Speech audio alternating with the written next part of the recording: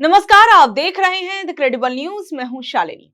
असम की राजनीति में इस वक्त पूरी तरीके से फिल्मी मोड देखने को मिल रहा है। ड्रामा, डायलॉग और एक्शन सब कुछ एक साथ हो रहा है। आज पवन खेड़ा के घर दिल्ली में अचानक असम की पुलिस पहुंच जाती है। वजह हेमंत बिस्व शर्मा की पत्नी की एफआईआर। पुलिस पूछताछ करना चाहती थी, लेकिन खेड़ा घर पर नहीं थे। कहा गया कि उनके निजी स्टाफ का फोन तक भी जब्त कर लिया गया था। 2 दिन पहले ही खेड़ा ने बड़ा आरोप लगाया था कि सीएम की पत्नी के पास कई देशों के पासपोर्ट और विदेशी कनेक्शन है।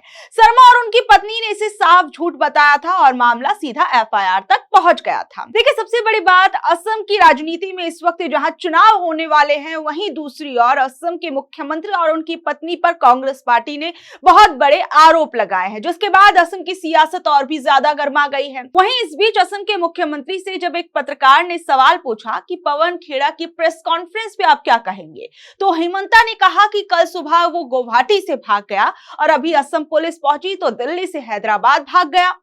वो भाग गया ना, अभी कल सुबह 6 बजे ही वो गुवाहाटी से भाग गया।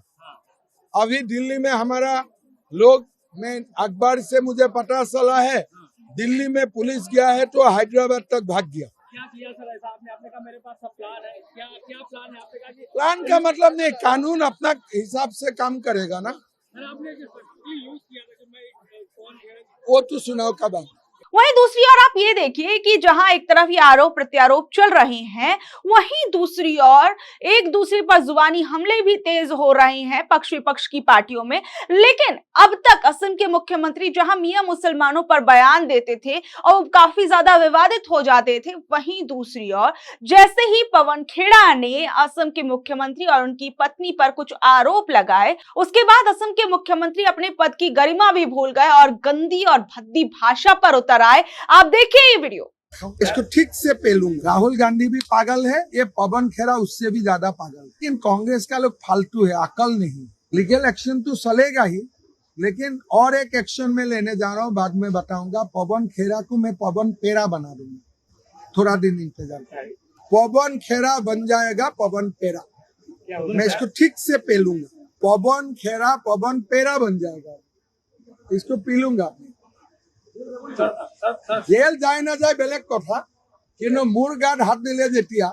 देखिए, असम में 9 अप्रैल को वोटिंग होनी है। ठीक उससे पहले राजनीतिक अखाड़ों में ऐसी धूल उड़ रही है कि दिल्ली तक धमक सुनाई दे रही है। कांग्रेस के पवन खेड़ा ने एक प्रेस कॉन्फ्रेंस की और सीधे असम के सीएम हेमंत बिस्व शर्मा और उनकी पत्नी रिंकी भुइया को बंटी और बबली करार दे दिया। खेड़ा के आरोप इतने संगीन हैं कि कोई भी सुनकर हैरान हो जाएगा। उन्होंने दावा किया था कि सीएम की पत्नी के पास भारत का ही नहीं बल्कि यूएई, मिस्र और एंटीगुआ और बाराबुरा जैसे 3 देशों के पासपोर्ट हैं। खेड़ा ने यह भी पूछा था कि क्या चुनाव के बाद ये जोड़ी देश छोड़कर फरार होने वाली है।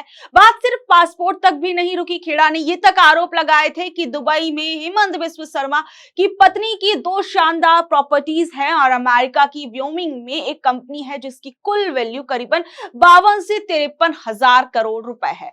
सबसे बड़ा सवाल ये भी उठाया गया कि अगर ये संपत्तियां हैं तो सीएम साहब ने अपने चुनावी हलफनामे में इनका जिक्र क्यों नहीं किया। ये कांग्रेस पार्टी की तरफ से आरोप लगाए गए। कांग्रेस का यह भी कहना था कि ये पूरी तरीके से मनी लॉन्ड्रिंग का मामला है। रिंकी भुइया ने पलटवार करते हुए ये तक कह दिया था कि आपकी तपस्या में ही नहीं, फोटोशॉप में भी कमी रह गई। मतलब आप समझ सकते हैं कि रिंकी भुइया ने कहा कि सारा का सारा मामला फर्जी है। यहां तक कि यह भी कहा गया कि एआई जनरेटेड जो पासपोर्ट हैं, ये सारी के सारी उसमें जो तस्वीर लगाई गई है वो एआई जनरेटेड है। तमाम तरह की बातें जो हैं वो कही गई हेमंत बिस्व शर्मा और उनकी पत्नी की तरफ से। वहीं अब देखा गया कि रिंकी भुइया ने एफआईआर दर्ज करा दी थी। वहीं असम पुलिस जो थी वो भी सुपरफास्ट मोड में नजर आई और चुनाव प्रचार खत्म होने के चंद घंटे पहले ही असम की पुलिस दिल्ली की पुलिस की एक टीम के साथ खेड़ा के घर पहुंच जाती है। वहीं हेमंता ये कह रहे हैं कि वो खेड़ा को पाताल लोक से भी ढूंढ निकालेंगे। हेमंता ने इसे सिर्फ मानहानि ही नहीं बल्कि पाकिस्तानी कनेक्शन से भी जोड़ डाला और उन्होंने दावा किया कि कांग्रेस जो डेटा दिखा रही है वो पाकिस्तान के सोशल मीडिया ग्रुप से लिया गया है ताकि असम के चुनाव को प्रभावित किया जा सके। अब मामला भ्रष्टाचार से बढ़कर देशद्रोह और साजिश तक पहुंच गया है। लेकिन देखिए, इन आरोप प्रत्यारोपों के बीच हेमंता अब तक जहां राहुल गांधी को पागल कह रहे थे, वहीं अब मल्लिकार्जुन खड़गे को भी उन्होंने पागल कह दिया। सोचिए, राजनीति में मतभेद तो चलते रहते हैं, लेकिन एक 80 साल से ज्यादा उम्र के एक सीनियर नेता के लिए ऐसी भद्दी भाषा का इस्तेमाल करना कहां से कहां तक जायज है?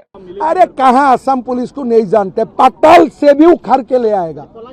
कहाँ मिलेगा पवन खेरा? असम लसित बरफुकन का देश है, कौन सा ये पवन खेरा है? पताल में भी रुकेगा तो हम उठा के लेके आएगा। तुम बताओ ये कागज तुम किसको दिए थे? मेरा डाउट है ये कागज राहुल गांधी दिए थे उनको। सो ये मुकदमा राहुल गांधी तक जाएगा और हमें डरवाने का कोशिश मत करो। ये असम है, हमने 17 टाइम्स इस्लामिक इन्वेशन का खिलाफ लड़ाई लड़ा। हम अलग दुनिया से आए हुए बंदा हूं। वहीं दूसरी ओर कांग्रेस के राष्ट्रीय अध्यक्ष मल्लिकार्जुन खड़गे ने कहा कि असम में प्रचार आज शाम 5 बजे खत्म हो रहा है। पहली बात यह है कि आपको अपने वोट का इस्तेमाल करके असम की सबसे भ्रष्ट सत्ता को बेदखल करना होगा। दूसरी बात यह कि असम की जनता एक भ्रष्ट और अहंकारी मुख्यमंत्री नहीं चाहती। तीसरी बात यह कि मुख्यमंत्री जनता के विकास के लिए काम करने के बजाय अपने खुद के विकास पर ध्यान दे रहे हैं। वहीं दूसरी ओर जो FIR रिंकी भुइया की तरफ से कराए गए और हेमंत बिस्वा शर्मा जो कुछ पवन खेड़ा को लेकर कह रहे थे, उस पर खड़गे क्या कुछ कह रहे थे, जरा सुनिए। करने दो, उसको कोई डरता है? जो होता है हम फेस करेंगे।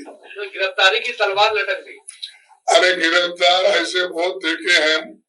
अब इतने तो ED, CBI, कितने इनकम टैक्स कितने कितने कर रहे हैं मोदी जी और होम मिनिस्टर, सबको तंग कर रहे हैं। और उन लोगों को, जिन लोगों को भ्रष्ट करके जेल में डाले, वो बाहर आने के बाद वो ड्राई क्लीन का रहता, क्या बोलते हैं इसको, वॉशिंग मशीन में डाल के उनको क्लीन करके ले रहे। देखिए, असम की 126 सीटों पर जो फैसला होगा वो 9 अप्रैल को आएगा। एक तरफ कांग्रेस है जो ये कह रही है कि ये पुलिसिया कार्रवाई सीएम के डर और हताशा का सबूत है। दूसरी तरफ बीजेपी है जो इसे राष्ट्रवाद और विदेशी साजिश का मुद्दा बना रही है। सबसे बड़ा सवाल ये है कि जो ये 53,000 करोड़ रुपए के आरोप है, क्या ये सच है? क्या वाकई में 3 पासपोर्ट जैसा कोई खेल जो है वो हेमंत बिस्वा शर्मा और उनकी पत्नी ने खेला है? ये अपने आप में एक जांच का विषय है और जांच के बाद जो सच्चाई आएगी वो देखनी होगी। बहरहाल इस पूरे मामले पर कांग्रेस नेता सुप्रिया श्रीनेत का भी बयान सामने आया है। हेमंत बिस्वा शर्मा के ऊपर बड़े गंभीर भ्रष्टाचार के आरोप लगाए गए, साक्ष्यों और सबूतों के साथ लगाए गए। पवन खेड़ा जी ने कुछ आरोप लगाए, आप उन आरोपों का जवाब दीजिए।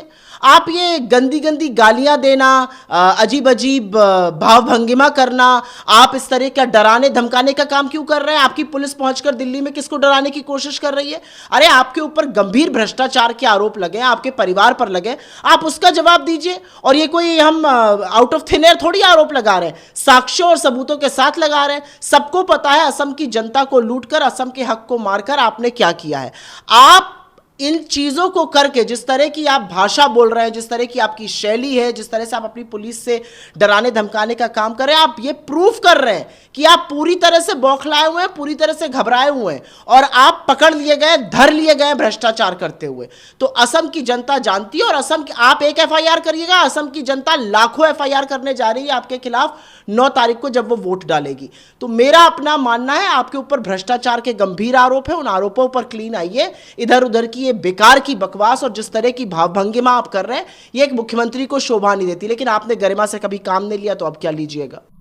हम खेड़ा जी ने ये भी कहा अगर नहीं है तो उसको पार्टिसिपेट की जाए कि जांच होनी चाहिए। बिल्कुल बिल्कुल सही कह रहे हैं कि भाई उन्होंने आरोप लगाए, उन्होंने साक्ष्य और सबूत पेश किए, आप उसके बारे में बोलिए। मतलब हेमंत बिस्वा शर्मा जो मुख्यमंत्री हैं असम के, वो ये कह रहे हैं कि कोई मुख्यमंत्री इतना कैसे कमा सकता है। मतलब वो मान रहे हैं कि कमाएगा मुख्यमंत्री इतना कैसे कमा सकता है। मतलब आप मान रहे हैं कि आपने भ्रष्टाचार किया है। अरे तो भाई कितना किया, कितना खाएंगे, कितना खसोटेंगे असम की जनता को, उसका फैसला जनता खुद करने वाली है। वहीं देखिए, असम की राजनीति के अंदर इस वक्त तमाम जो राजनीतिक दल हैं वो ताबड़तोड़ रैलियां कर रहे हैं। वहीं इस बीच फिर एक बार अमित शाह घुसपैठिए वाला मुद्दा उठाते हुए आए।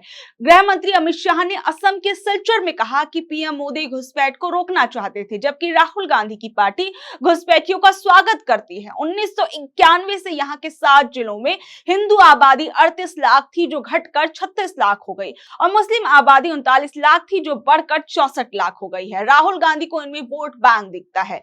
राहुल गांधी ये आखिरी बार घुसपैठियों का वोट लेना है तो ले लो, अगले चुनाव में वोट देने के लिए हम उनको यहाँ रखेंगे भी नहीं, बाहर निकाल देंगे। तो देखिए घुसपैठिए के मुद्दे को फिर एक बार असम से लेकर बंगाल चुनावों तक भुनाने की पूरी कोशिश की जा रही है, लेकिन इस घुसपैठिए वाले मामले पर फिर एक बार बीजेपी घिरती हुई नजर आ रही है, क्योंकि बीजेपी की पिछली सरकारों ने यह कहे कि पिछले चुनावों के अंदर भी बीजेपी की तरफ से घुसपैठियों को बाहर निकालने की बात कही गई थी। तमाम तरह की बातें हुई थी कि आप एक बार हमें मौका दे दीजिए, घुसपैठिए दिखने वाले नहीं है, उनका नामो निशान मिट जाएगा, मतलब तमाम तरह की बातें बीजेपी के अपने नेता कहते हुए नजर आए थे। बहरहाल मैं आपको एक और अहम खबर बता दूं कि चुनाव आयोग ने घोषणा की है कि 5 राज्यों में होने वाले विधानसभा चुनावों के दौरान 9 अप्रैल सुबह से 7 बजे से 29 अप्रैल शाम 6:30 बजे तक किसी भी तरीके के कोई एग्जिट पोल ना तो टीवी पर दिखाए जाएंगे, ना किसी अखबार पर, ना किसी डिजिटल चैनल पर ये एग्जिट पोल जो है वो दिखाए जा सकेंगे। आयोग ने कहा है कि ये नियम जन प्रतिनिधित्व अधिनियम 1951 की धारा 126A के तहत लागू है। अगर कोई इस नियम का उल्लंघन करता है तो उसे 2 साल तक की जेल या फिर सजा हो सकती है। ये नियम चुनाव प्रक्रिया को निष्पक्ष और शांतिपूर्ण बनाए रखने के लिए कहा गया है, लगाया गया है। केरल, असम और पुदुचेरी में 9 अप्रैल, तमिलनाडु में 23 अप्रैल, पश्चिम बंगाल में 23 और 29 अप्रैल को वोटिंग होनी है। मतदान से 48 घंटे पहले साइलेंस पीरियड शुरू हो जाता है, जिसमें प्रचार प्रसार रुक जाता है। इसी दौरान सिर्फ उम्मीदवार या पार्टी कार्यकर्ता सीमित रूप से घर घर जाकर संपर्क कर सकते हैं। बाकी सभी तरीके के सार्वजनिक प्रचारों की परमिशन नहीं होती। आमतौर पर मतदान का समय सुबह 7 बजे से शाम 6 बजे तक रहता है। हालांकि कुछ क्षेत्रों में सुरक्षा और स्थानीय परिस्थितियों के अनुसार समय बदल जाता है। बहरहाल आप लोग अब इस खबर पर क्या कुछ कहेंगे? असम की राजनीति में इस वक्त जो कुछ चल रहा है, वहीं दूसरी ओर असम चुनावों के बीच हम देख रहे हैं कि पवन खेड़ा की गिरफ्तारी के लिए असम पुलिस दिल्ली पहुंच जाती है। वहीं इस बीच जो कुछ आरोप प्रत्यारोप इस वक्त लग रहे हैं, उस पर आप लोग क्या कुछ सोच रहे हैं? नीचे दे कमेंट बॉक्स में अपनी राय जरूर बताइएगा और ऐसी अपडेट से जुड़े रहने के लिए देखते रहिए द क्रेडिबल न्यूज। मैं हूं शालिनी, धन्यवाद।